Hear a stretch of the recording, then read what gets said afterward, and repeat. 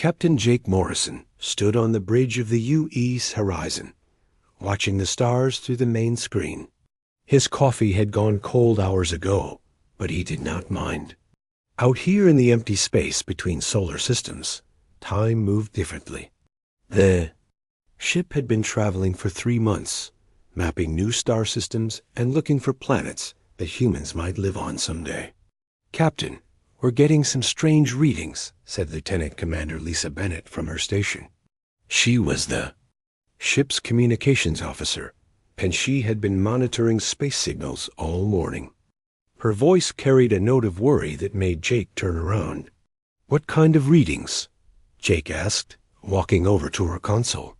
The screen showed lines and numbers that moved up and down like a heartbeat. "I'm not sure, sir. It looks like radio signals, but they're not coming from any human ship. The patterns are too different, too organized." Lisa adjusted some controls, and the sounds came through the speakers. Strange clicks and whistles filled the bridge. Jake felt his stomach tighten. In all his years of space travel, they had never found signs of alien life. Earth had been alone in the galaxy for as long as anyone could remember. Now, it seemed it was about to change. "How far away are they?" he asked. "About 2 light hours, sir. Moving in our direction." Jake walked back to his captain's chair and pressed a button. "All hands, this is the captain. Report to battle stations." This is not a drill. Red lights began flashing throughout the ship, and crew members ran to their positions. Chief Engineer Ryan Cross appeared on the main screen from the engine room. His face was covered in grease, and his eyes were wide with excitement. "Captain, the engines are running perfectly. If we need to run, we can run fast." "Good to know, Ryan. Keep them ready." Jake turned to Lisa. "Can you try to talk to them?" Lisa nodded and began working at her station. She sent out basic mathematical signals first, the kind that any smart species should understand. 1 + 1 = 2. 2 + 2 = 4. Simple things that showed intelligence. For several minutes, nothing happened. Then the alien signals stopped completely. "Did they hear us?" Jake asked. "I think so, sir. They stopped talking to each other." Lisa looked worried. "Captain, I'm getting new readings. Much bigger signals. Much closer." The main screen suddenly changed. Instead of empty space, it showed 3 massive ships appearing out of nowhere. They were huge. Each one was 5 times bigger than the horizon. The ships looked like giant insects made of metal, with long spikes and weapons pointing in all directions. "My God," whispered Danny Kim, the ship's tech specialist. He was young, barely 25, but he was the best computer expert Jake had ever seen. "Captain, those ships, they're scanning us.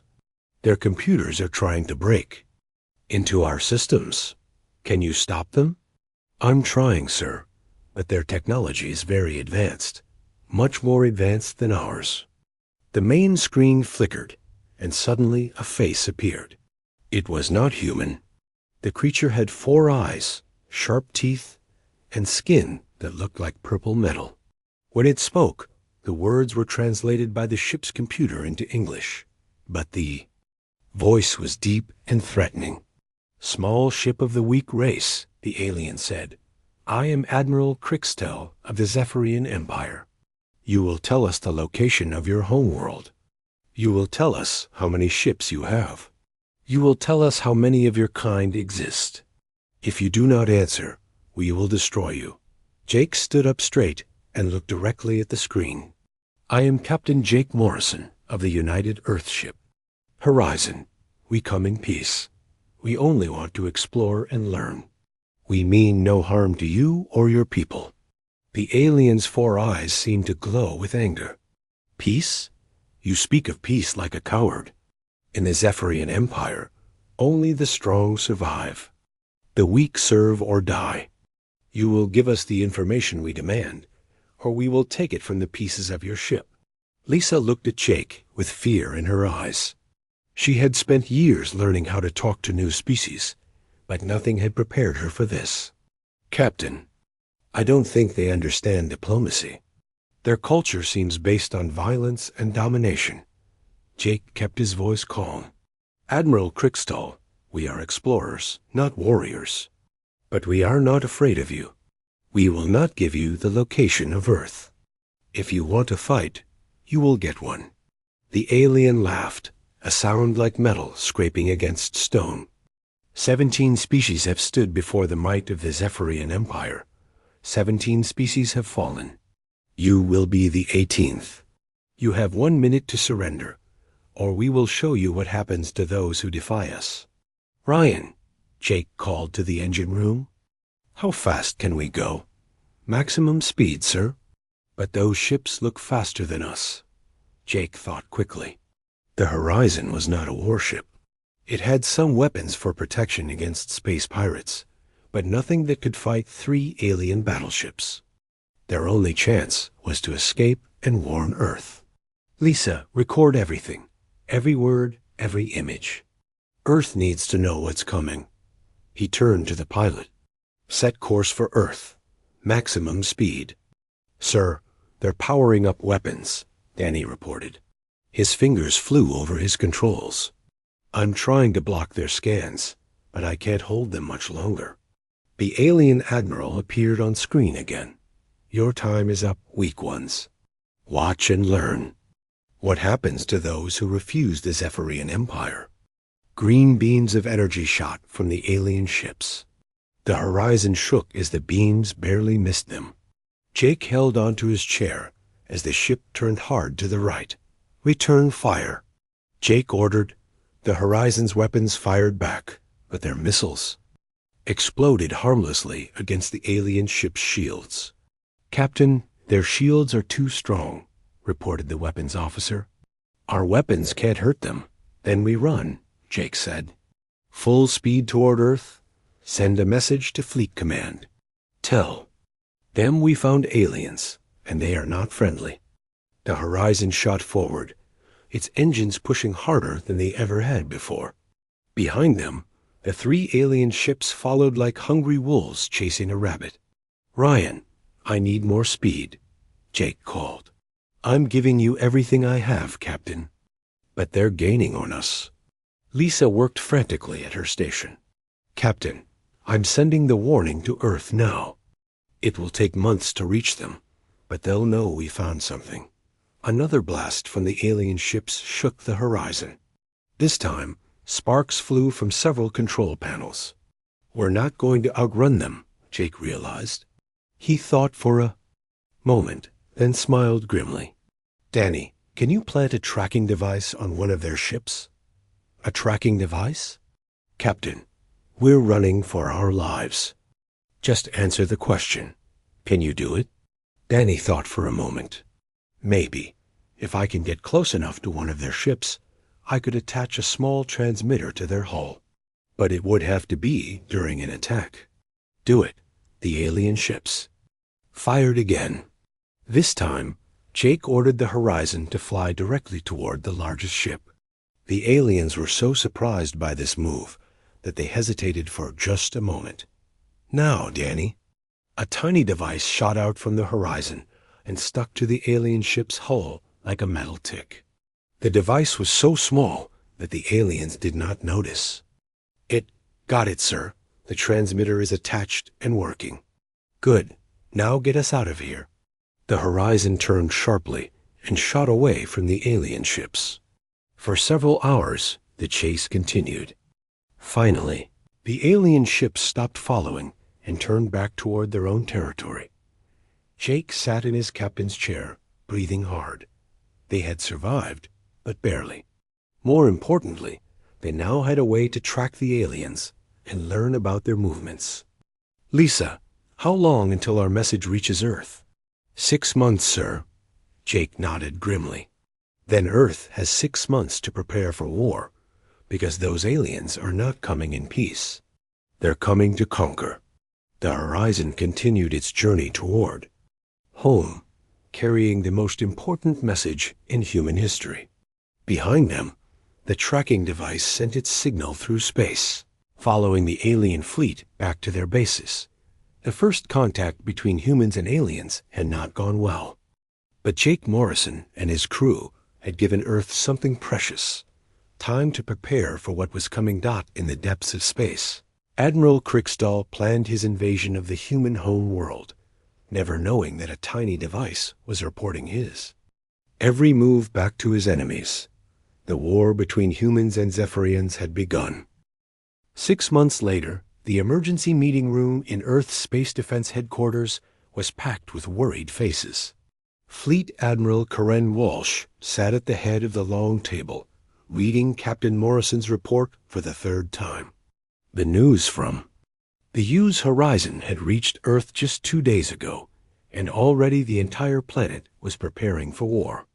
"Ladies and gentlemen," Admiral Walsh said, looking around the room at Earth's top military leaders and scientists, "we have 90 days before the alien fleet arrives. Captain Morrison's tracking device has been sending us data about their movements, and the news is not good." Dr. Alex Turner, Earth's leading expert on alien life, stood up and activated a holographic display. The image showed 3 massive ships moving slowly through space toward Earth's solar system. "The Zephyrian Empire has a fleet of over 200 ships," he said. "Each ship is larger and more powerful than anything we have ever built." General Pete Rodriguez, a tough man with gray hair and sharp eyes, leaned forward in his chair. "How do we fight something like that? Our entire space fleet has only 50 ships, and most of them are cargo vessels or exploration ships like the Horizon. We don't fight them the way they expect us to fight," Admiral Walsh replied. "Dr. Turner, tell them what you learned from studying the alien communications." Dr. Turner pressed a button, and the display changed to show symbols and text. "The Zephyrians are warriors, but they follow very strict rules about how wars should be fought. They believe in honor above everything else. Big fleets fighting big fleets. Ship against ship in open space. They think any other way of fighting is cowardly. That's their weakness," Admiral Walsh said with a thin smile. "They've conquered 17 other species, but every one of those species tried to fight them the same way, with big fleets in open battles. The aliens always won because their ships are bigger and stronger." General Rodriguez nodded slowly. "So we don't give them the big battle they want." "Exactly. We make them fight our way, not their way." Captain Morrison entered the room, still tired from his long journey back to Earth. His uniform was wrinkled, and his face showed the strain of the past months. "Admiral, I have more information from our tracking device. The Zephyrians are not just coming to conquer us. Their leader, Admiral Crickstall, is actually the prince of their entire empire. If he succeeds in conquering Earth, he will become their emperor." Dr. Turner's eyes lit up. "That changes everything. In Zephyrian culture, leadership is absolute. If something happens to their leader, their entire command structure falls apart. They don't have backup plans or second-in-command officers like we do." Admiral Walsh stood up and walked to the display. "Then that's our target. Not their ships, not their empire, their leader. We capture Admiral Crickstall, and the entire invasion force becomes helpless." "How do we capture someone who's surrounded by 200 warships?" asked General Rodriguez. "We make him come to us," Admiral Walsh replied. "Captain Morrison, I want you to take a small team and go back out there. Use your tracking device to follow the Zephyrian fleet. Learn everything you can about their movements, their habits, their weaknesses." Captain Morrison straightened up. "Yes, Mom. What about the Horizon?" "The Horizon will be repaired and upgraded. Dr. Turner's team has been working on new weapons, based on the data you collected about Zephyrian technology.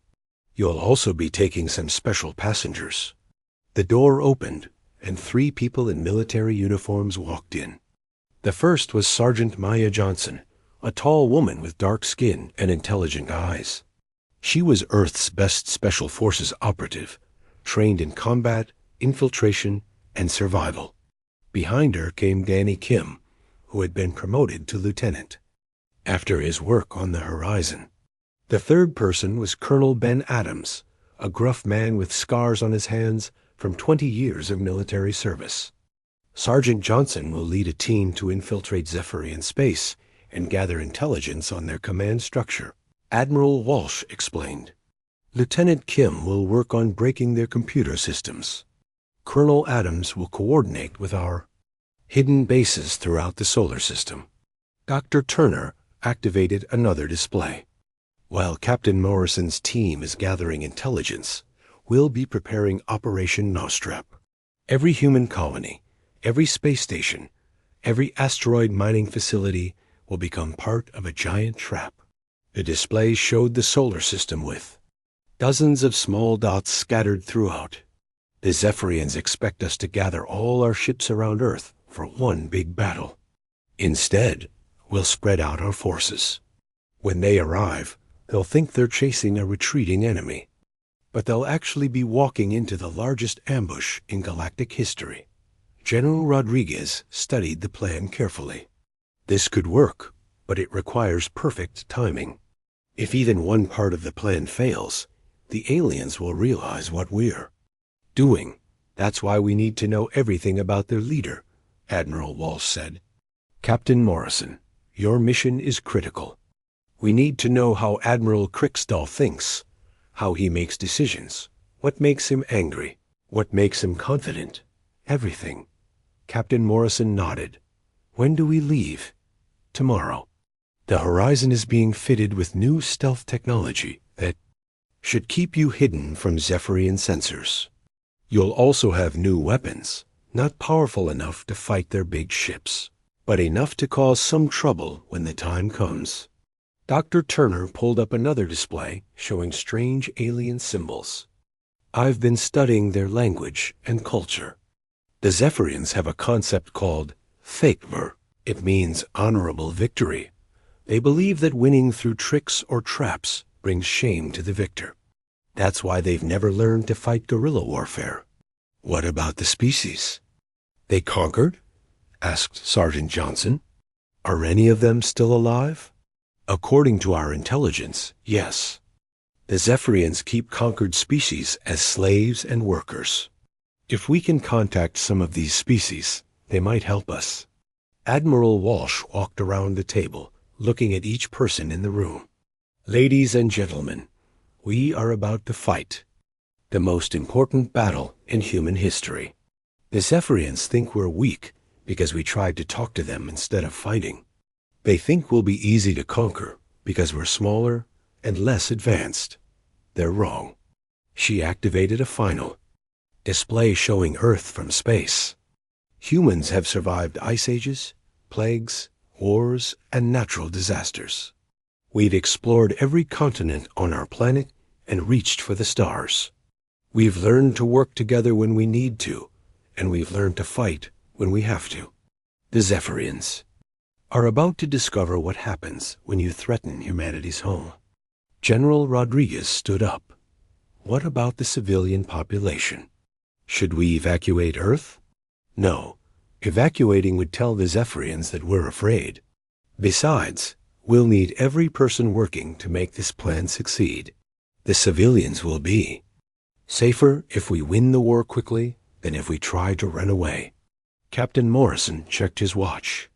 Admiral, if we're leaving tomorrow, I need to brief my crew and prepare the ship. Approved. Take anyone you need, Captain.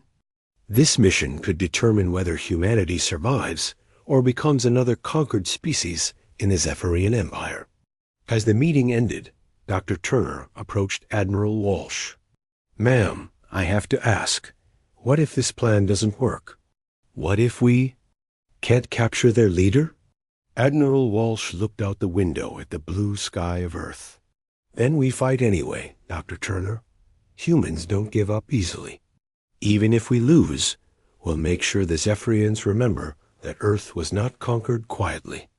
The next morning, Captain Morrison stood on the bridge of the newly upgraded Horizon. The ship looked the same on the outside, but inside it was packed with new technology. Stealth generators would hide them from enemy sensors. New weapons could punch through alien shields. Most importantly, improved communication systems would let them send information back to Earth instantly. Lieutenant Kim was at his station, testing the new computer systems. "Captain, everything looks good. We can hack into Zephyrian networks from a much greater distance now." Sergeant Johnson was checking her equipment in the cargo bay. She had brought enough weapons and supplies for a small war, all packed into containers that looked like normal ship parts. "Captain, we're ready to depart," reported the pilot. Morrison sat in his captain's chair and looked at the view screen showing Earth. In 90 days, alien warships would be in this same space, preparing to attack his home world. But if everything went according to plan, those aliens would be in for the biggest surprise of their lives. "Take us out," he ordered. "Let's go catch ourselves an alien admiral." The Horizon disappeared into the darkness of space, beginning a mission that would determine the fate of 2 civilizations. Behind them, Earth's military forces spread out across the solar system, preparing the largest trap in human history. In the depths of space, Admiral Kriegstall continued his slow advance toward Earth, confident that he was about to add another easy victory to the Zephyrian Empire. He had no idea that his every move was being watched, or that the humans he thought were weak and cowardly were preparing to teach him a lesson he would never forget. The war for Earth's survival had begun, and both sides believed they would win. Only time would tell which species truly understood the art of war. 3 weeks later, Admiral Kriegstall stood on the command deck of his flagship, the Destroyer of Worlds, watching the approaching human solar system through the main display.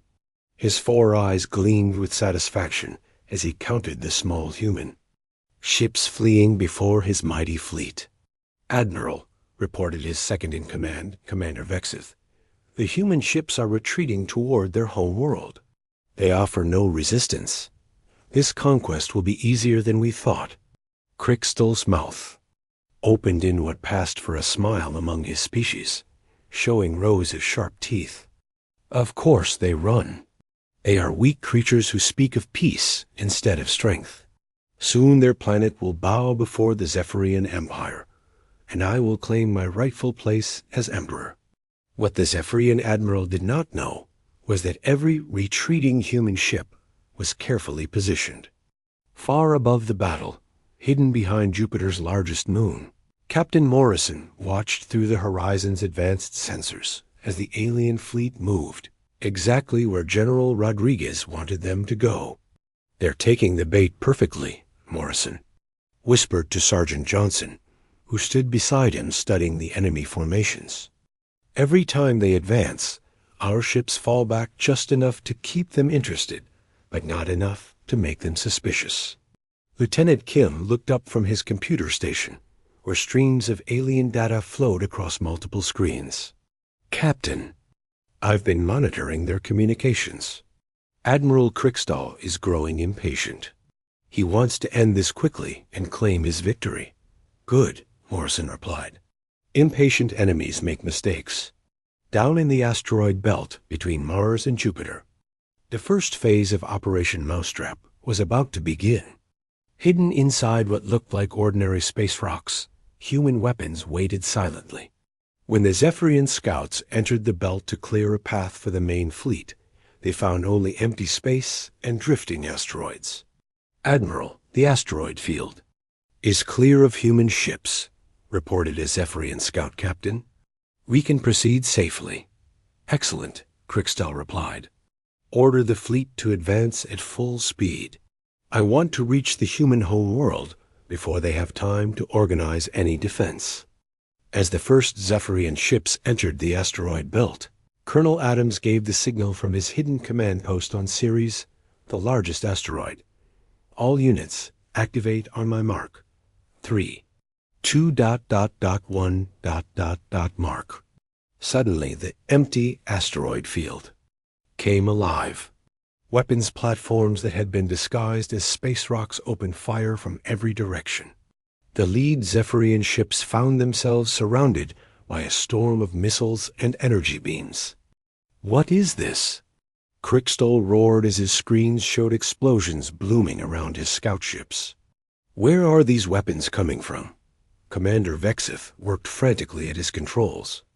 "Admiral, the asteroids themselves are attacking us. The humans have turned the entire asteroid belt into a weapons platform. 3 Zephyrian ships exploded before they could react. The survivors tried to fight back, but every time they destroyed one weapon platform, 2 more revealed themselves from different asteroids. This is not honorable combat." Crickstall snarled. "They hide like cowards instead of facing us in open." "Battle! Admiral, should we retreat and find another route?" asked Vexith. "Never. The Zephyrian Empire does not retreat from inferior species. Order all ships to advance. We will blast every asteroid to dust if necessary." This was exactly what the humans wanted.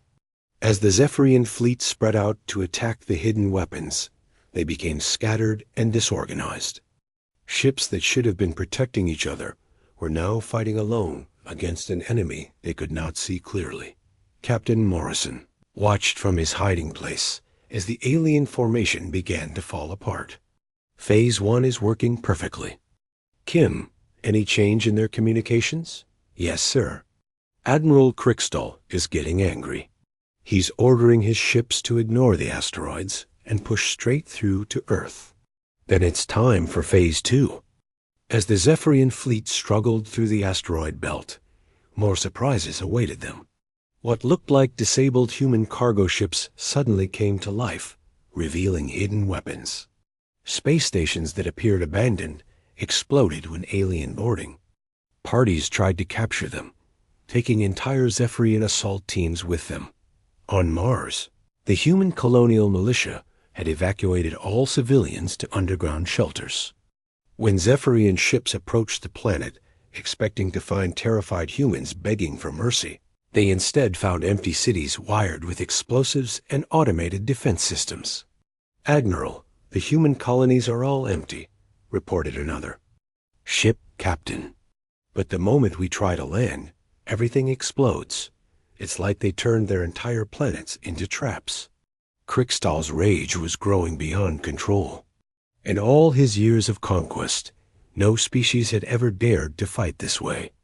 The 17 previous conquests had been simple. The aliens would gather their fleets, fight a few big battles in space, lose, and surrender.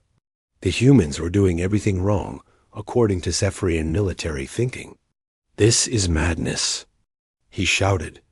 "They fight without honor. They attack from shadows like insects. Where is their fleet? Where are their warriors?" Meanwhile, Sergeant Johnson was carrying out her own mission deep in Zephyrian territory.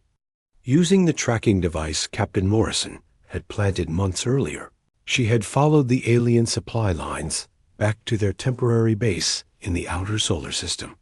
Hidden in an asteroid that drifted close to the Zephyrian supply depot, she watched through her scope as alien cargo ships moved back and forth.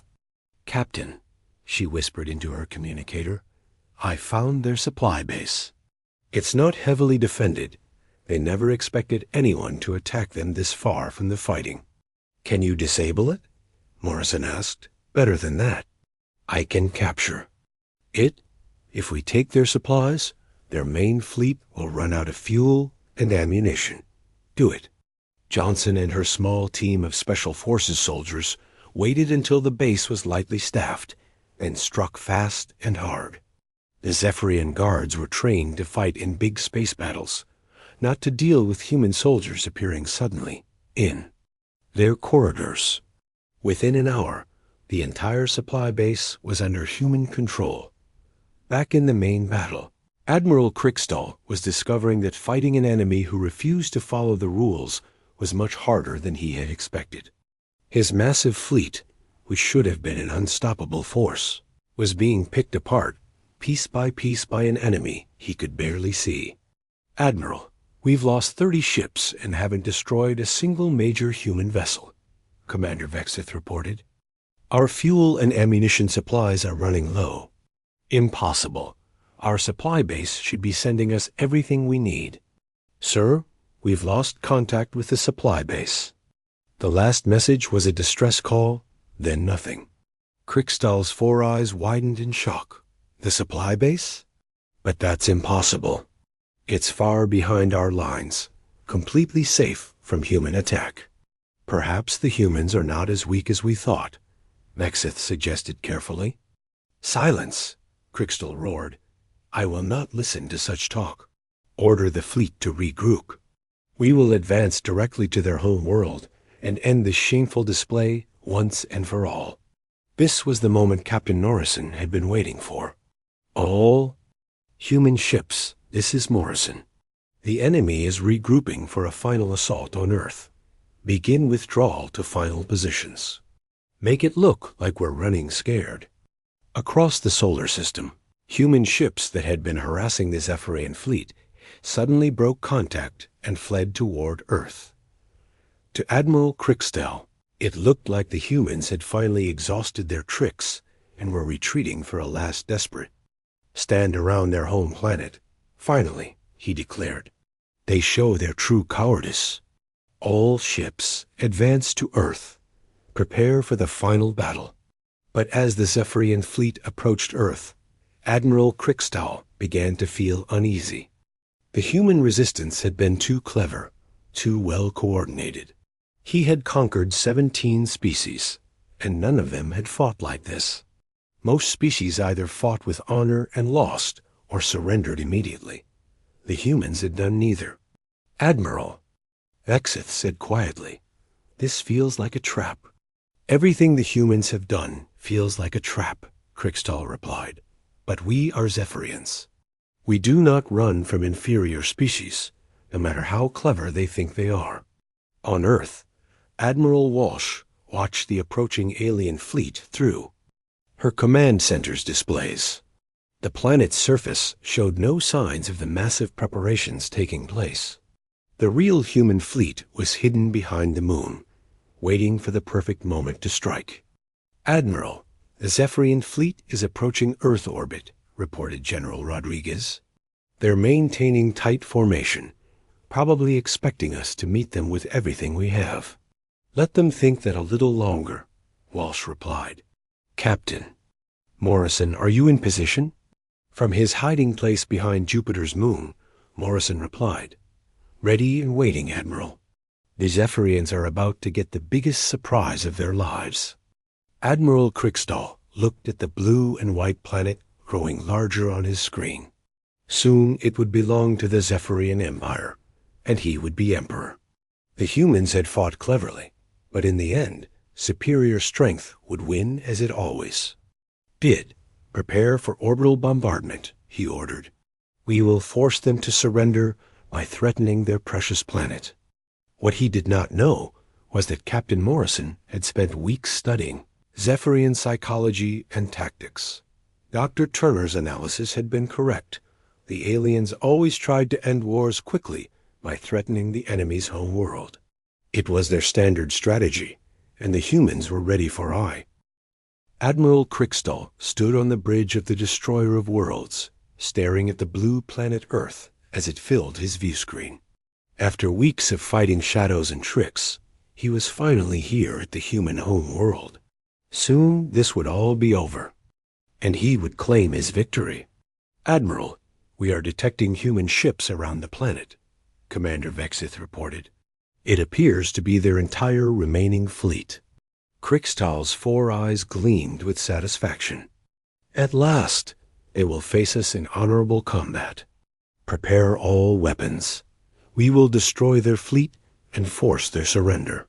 What the Zephyrian admiral could not see was that the human fleet around Earth was mostly empty cargo ships and old mining vessels with fake weapon signatures. The real human military was hiding behind Jupiter's moons, waiting for Captain Morrison's signal. From his concealed position, Morrison watched as the Zephyrian fleet moved into Earth orbit exactly as planned. "Perfect positioning," he whispered to Sergeant Johnson. "They're so focused on Earth that they haven't noticed we're behind them." Lieutenant Kim was monitoring Zephyrian communications from his station. "Captain, Admiral Cricksdale is preparing to demand Earth surrender. He's moving his flagship to the front of the formation." "Just like Dr. Turner predicted," Morrison replied. "Their leader always positions himself at the front during surrender negotiations. It's a matter of honor for them." "On Earth, Admiral?" Walsh received Morrison's transmission and nodded grimly. "All units, prepare for Operation Final Strike. Remember, our target is the flagship. We capture Admiral Cricksdale alive, or this whole plan fails." The destroyer of worlds moved ahead of the Zephyrian fleet, its massive bulk bristling with weapons pointed at Earth. Admiral Cricksdale activated his ship's communication system, ready to deliver the ultimatum that would end the war. "Humans of Earth," his translated voice boomed across all frequencies. "I am Admiral Cricksdale, heir to the Zephyrian Empire. Your tricks and cowardly tactics have failed. Surrender now, and your species will serve the Empire as slaves. Refuse, and your planet will be destroyed." Admiral Walsh's face appeared on screens throughout the Zephyrian fleet.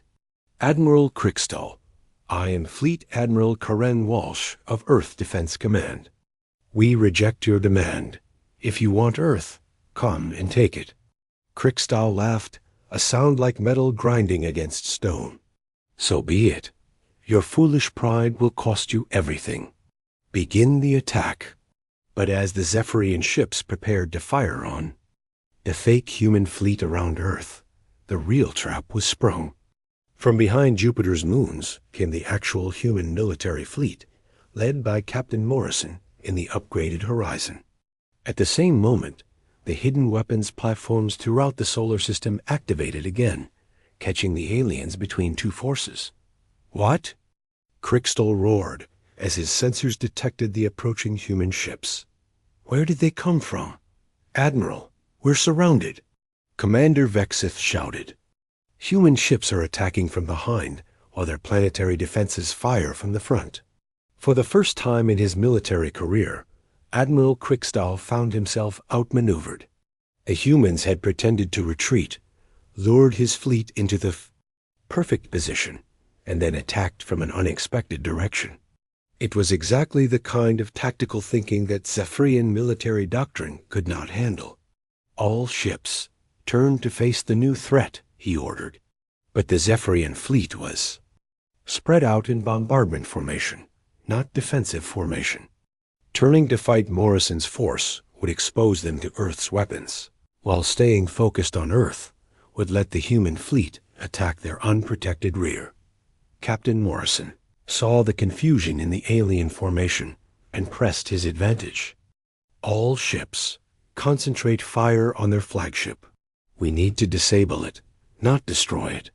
The Horizon led the charge toward the destroyer of worlds, followed by 30 of Earth's best warships. The new weapons Dr. Turner had developed proved effective against Zephyrian shields, and soon the alien flagship was taking heavy damage. "Sergeant Johnson, are you ready?" Morrison asked. Johnson was suited up in combat armor, surrounded by her Special Forces team in the Horizon's shuttle bay. "Ready, Captain. The moment you get us close to their ship, we'll board and capture their admiral." "Admiral, our shields are failing," Commander Vexith reported as another human missile exploded. "Against the destroyer of worlds. These humans have weapons we've never seen before." Cricksdale was experiencing something he had never felt in his life, the possibility of defeat. Every species the Zephyrians had conquered before had fought predictably. Big fleets against big fleets, honor duels between commanders. The humans did none of these things. They used tricks, traps, and technology the Zephyrians had never encountered. "Return fire. Destroy that human ship," he ordered, pointing at the Horizon. But the Horizon was smaller and faster than the massive Zephyrian warships. Captain Morrison had trained his crew well, and they dodged the alien weapons while continuing their attack on the flagship dot around them. The larger battle was turning into a disaster for the Zephyrians. Cut off from their supplies by Sergeant Johnson's earlier raid, low on fuel and ammunition from weeks of fighting hidden enemies, and caught in a crossfire between Earth's defenses and Morrison's fleet, the alien ships were losing badly. "Admiral, we must retreat," Vexith pleaded. "We cannot win this battle." "Nitrogen monoxide," Crixtall roared. "I will not be the first Zephyrian commander to retreat from an inferior species. We fight to the death." This was exactly what Morrison had hoped for. Dr. Turner's studies of Zephyrian psychology had shown that their leaders would rather die than admit defeat. It made them predictable in crisis situations. "Kim, can you disable their engines without destroying the ship?" Morrison asked. Lieutenant Kim's fingers flew over his controls as he hacked into the destroyer of worlds' computer systems. "I'm in. Air network now, Captain. Their security is tough, but our new systems are tougher." "Do it." Suddenly, the massive alien flagship shuddered and began to slow. Its engines flickered and died, leaving it drifting helplessly in space. "What happened?" Crixtall demanded. "Why have we stopped?" "Admiral, something has disabled our engines," a Zephyrian technician reported. "The humans have somehow taken control of our ship's systems." Morrison brought the Horizon alongside the crippled flagship. "Johnson, you're up. Remember, we need their admiral alive." Sergeant Johnson and her team launched from the Horizon in a small assault shuttle. Using cutting tools, they burned through the destroyer of worlds' hull and entered the alien ship. The Zephyrian crew tried to stop them, but they were not prepared for human close combat tactics. Johnson fought her way through the ship's corridors, stunning alien guards with non-lethal weapons and using smoke grenades to confuse defenders. Her team moved like ghosts through the massive ship, appearing and disappearing so quickly that the aliens could not organize an effective defense. "Admiral, human soldiers are aboard our ship," Commander Vexith reported in panic. "They're fighting their way toward the bridge." Crixtall drew his personal weapon, a massive energy sword that glowed with purple light. "Let them come. I will show these humans what happens when they face a Zephyrian warrior in single combat." The bridge doors exploded inward, and Sergeant Johnson stepped through the smoke. She was smaller than any Zephyrian warrior, but her armor was advanced, and her weapons were deadly.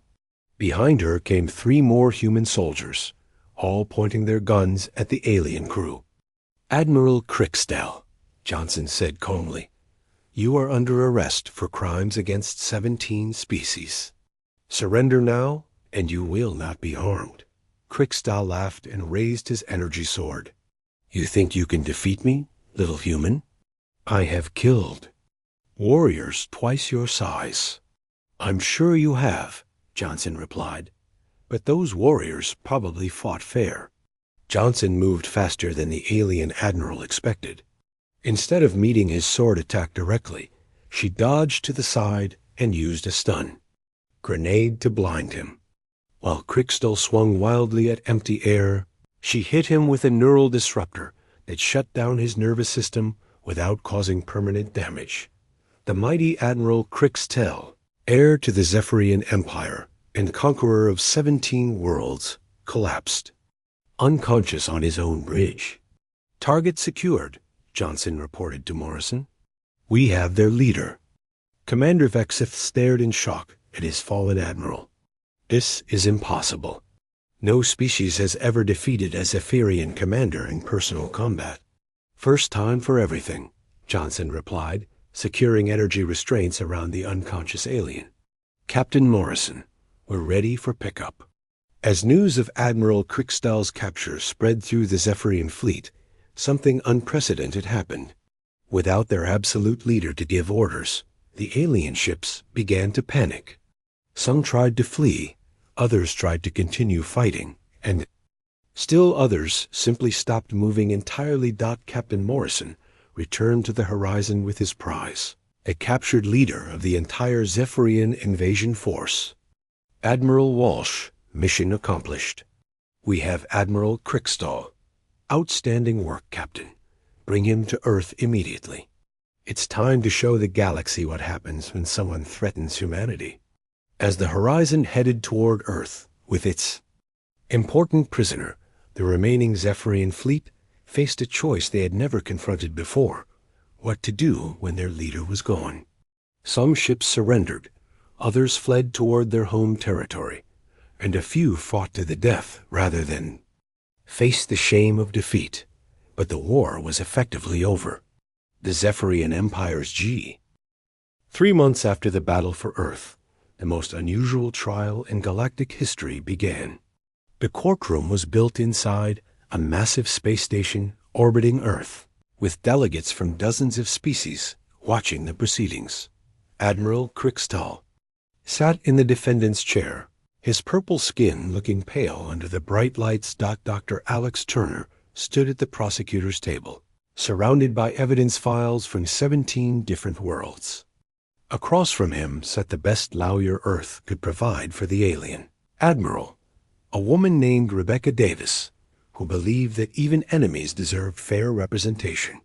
This trial will be conducted under the laws of the species that were conquered by the Zephyrian Empire, announced Judge Patricia Williams, a stern woman who had been chosen to oversee the historic proceedings. Admiral Crickstall, you are charged with the destruction of entire civilizations, the enslavement of millions of beings, and the attempted conquest of Earth. Admiral Crickstall looked around the courtroom with his 4 eyes, seeing species he had conquered sitting in judgment of him. There were the blue-skinned Altarians, whose crystal cities he had reduced to dust; the insect-like Vorticons, whose hive worlds he had turned into mining colonies; the peaceful Mendorians, whose entire culture he had erased from existence. I do not recognize the authority of this court, Crickstall declared, his translated voice echoing through the chamber. I am a warrior of the Zephyrian Empire. We take what we can hold, as is our right. Dr. Turner activated a holographic display showing images from the conquered worlds. Your Honor, the evidence shows a clear pattern of destruction and cruelty that goes far beyond military necessity. Entire populations were enslaved or eliminated, not for strategic reasons, but for the entertainment of Zephyrian forces. The trial continued for weeks, with witnesses from every species the Zephyrians had conquered. They told stories of families torn apart, worlds stripped of resources, and cultures destroyed for no reason other than Zephyrian amusement. Captain Morrison testified about his first encounter with Admiral Crickstall. The defendant made it clear from the beginning that he saw diplomacy as weakness and peace as cowardice.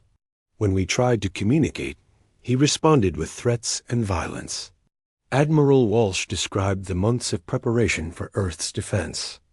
The Zephyrian military doctrine left no room for surrender or negotiation. Their plan was simple: complete conquest or complete destruction. But the most powerful testimony came from the survivors of the conquered worlds.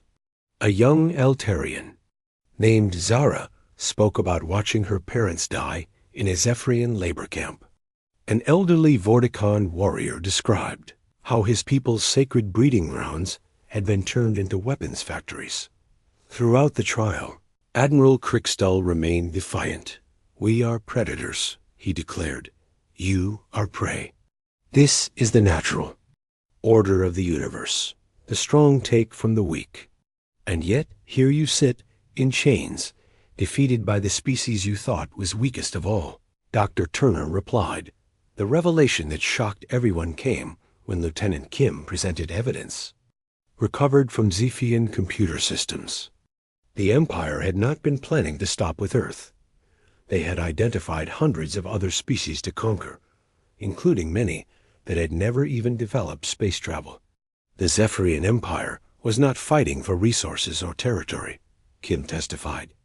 They were conducting what can only be described as galactic genocide, the systematic elimination of all other intelligent life. When the evidence phase ended, the court faced an unprecedented decision. What punishment could possibly fit such massive crimes? The traditional penalty for war crimes was execution, but the representatives of the conquered species surprised everyone with their recommendation. Elder Corvas of the Altarians stood to address the court. Your Honor, we have discussed this matter among all the affected species. We do not want Admiral Crickstal to die as a martyr. We want him to live and learn. What do you propose? Judge Williams asked. We sentence him to serve the species he conquered. He will spend the rest of his natural life helping to rebuild what he destroyed. He will work with his own hands to repair the damage he caused. He will see the faces of those he harmed and learn to understand their suffering. The courtroom was silent as the implications of this sentence became clear. For a proud warrior like Admiral Crickstal, this would be worse than death. He would have to live every day knowing that he was serving those he had considered inferior. This is madness. Crickstal roared, standing up so quickly that his restraint sparked. I am royalty. I am a conqueror. I will not be reduced to a common laborer. You are a prisoner, Judge Williams replied calmly, and this court accepts the recommendation of your victims. Admiral Crickstal, you are sentenced to life imprisonment with hard labor, serving to rebuild the worlds and cultures you destroyed. As the guards led the former admiral away, Captain Morrison felt a mixture of satisfaction and sadness. Justice had been served, but the cost had been enormous. Millions had died during the Zephyrian conquests, and no trial could bring them back. 2 years later, Morrison found himself on the mining world of Kepler-7, where Admiral Crickstal was serving his sentence. The former conqueror of worlds was wearing simple work clothes, his royal armor replaced by safety equipment. His 4 eyes, once filled with arrogance and cruelty, now showed something Morrison had never expected to see: humility. Captain Morrison, Crickstal said, looking up from the equipment he was repairing. I did not expect to see you here. I wanted to see how you were adjusting to your new life, Morrison replied. Crickstal set down his tools and sat on a nearby crate. Do you know what the hardest part is, Captain? It is not the physical labor. Zephyrians are strong. We can work for days without rest. The hardest part is learning the names. Names? The names of the people who died because of my orders. Every day, the survivors tell me about someone they lost. A parent, a child, a friend. They make me memorize their names and learn their stories. There are so many names, Captain Morrison. So very many. Morrison studied the alien's face, looking for signs of deception, but found none. Do you regret what you did? Crickstal was quiet for a long moment. Regret is not a concept that exists in Zephyrian culture, Captain. We are taught that the strong take what they want and feel no shame about it. But living among those I conquered, seeing their pain, I am beginning to understand something my people never taught me. What's that? That strength without wisdom is not strength at all. It is just destruction wearing a crown. Morrison walked with the former admiral through the mining facility. All around them, beings from different species worked together to extract resources that would be used to rebuild their devastated worlds. Humans worked alongside Altarians. Vorticons shared tools with Mendorians, and former enemies had become partners in reconstruction. The humans could have executed me, Crickstal continued. They could have done to me what I did to others. Instead, they chose to teach me. I am beginning to understand why your species was able to defeat an empire that had conquered 17 worlds. Why is that? Because you understand that true victory is not about destroying your enemies. It is about turning them into allies. They stopped at a memorial wall where the names of those killed in the Zephyrian conquests were carved in stone. Thousands upon thousands of names from dozens of species, representing lives cut short by imperial ambition. I read these names every day, Crickstall said quietly. It is part of my sentence. I must remember every life that was lost because of my actions. At first, I thought it was just another form of torture. Now I realize it is something much more important. What? It is education. Each name represents a being with hopes, dreams, family, friends. They were not numbers in a military report. They were people. Real people with real lives that I destroyed for the sake of imperial glory. As they walked back toward the facility, Morrison saw something that would have been impossible to imagine 3 years ago. Admiral Crickstall stopped to help a young Altarian worker who had dropped a heavy piece of equipment. The two beings worked together to lift it, the former conqueror, and the child of his victims cooperating as equals. Captain, Crickstall said as they reached the facility entrance, I have a request. What is it? When my sentence is complete, I would like to apply for citizenship in the new galactic coalition that Earth has established. I want to spend whatever life I have left helping to build something better than the empire I once served. Morrison was surprised. You would give up your Zephyrian heritage? The Zephyrian Empire is dead, Captain. It died the day your species taught us that there was a better way to live. I want to be part of building the future, not clinging to a past built on conquest and cruelty. 6 months later, Captain Morrison stood on the bridge of the UE's horizon, now commanded by Lisa Bennett, who had been promoted to captain. The ship was heading out to explore new star systems, but this time they carried diplomats and scientists instead of weapons. Captain, we're receiving a message from the Galactic Coalition, reported the communications officer. It's from Admiral Walsh. Admiral Walsh's face appeared on the screen, and she was smiling. Captain Morrison, I have news that might interest you. The Coalition Council has voted unanimously to accept former Admiral Crickstall's application for citizenship. He will be the first Zephyrian to join our